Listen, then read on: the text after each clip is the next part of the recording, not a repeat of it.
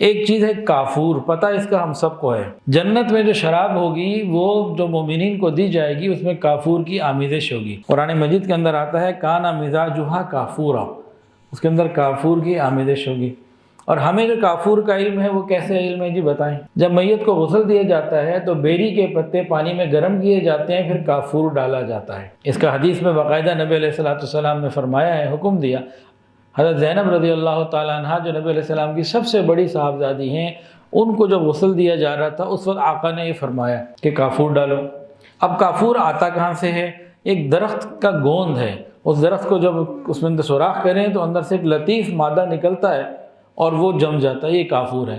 یا اس درخت کی لکڑیوں کو اگر پانی میں ابالا جائے تو اس سے کافور نکلتا ہے۔ اچھا، کافور جو ہے یہ عام استعمال کی چیز نہیں ہے کہ لیا، استعمال کیا، کھا لیا، پی لیا۔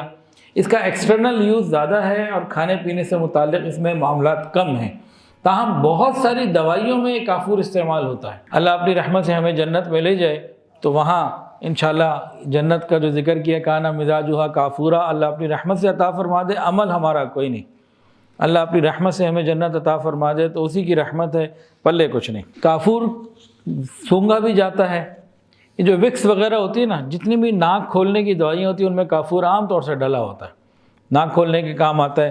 اور کافور کی موم بتی بھی بعض لوگ استعمال کر لیتے ہیں، کینڈل جو ہے نا، موم بتی میں کافور اگر ہو یا کافور ہی کی موم بتی ہو، وہ کبھی کبھی استعمال کی جائے تو کمرے کو فریش بھی کر دیتا ہے، اور بیکٹیریل اور فنگل جتنے بھی اس طرح کے پرابلمز ہوتے ہیں ان سب کو، کمرے کی فضا کو بہت صاف کر دیتا ہے۔ اچھا، جتنے بھی کیڑے مکوڑے ہوتے ہیں نا گھروں میں، کمروں میں، ادھر ادھر، آپ کافور کی موم بتی جلائیں وہ سارے بھاگ جائیں۔ یہ مچھر ہیں یا کچھ بھی نیچرل اللہ نے کہ اس کے اندر ہے، اس کے اندر کوئی ایسی بات رکھی ہے تو یہ سب غائب ہو جاتے ہیں۔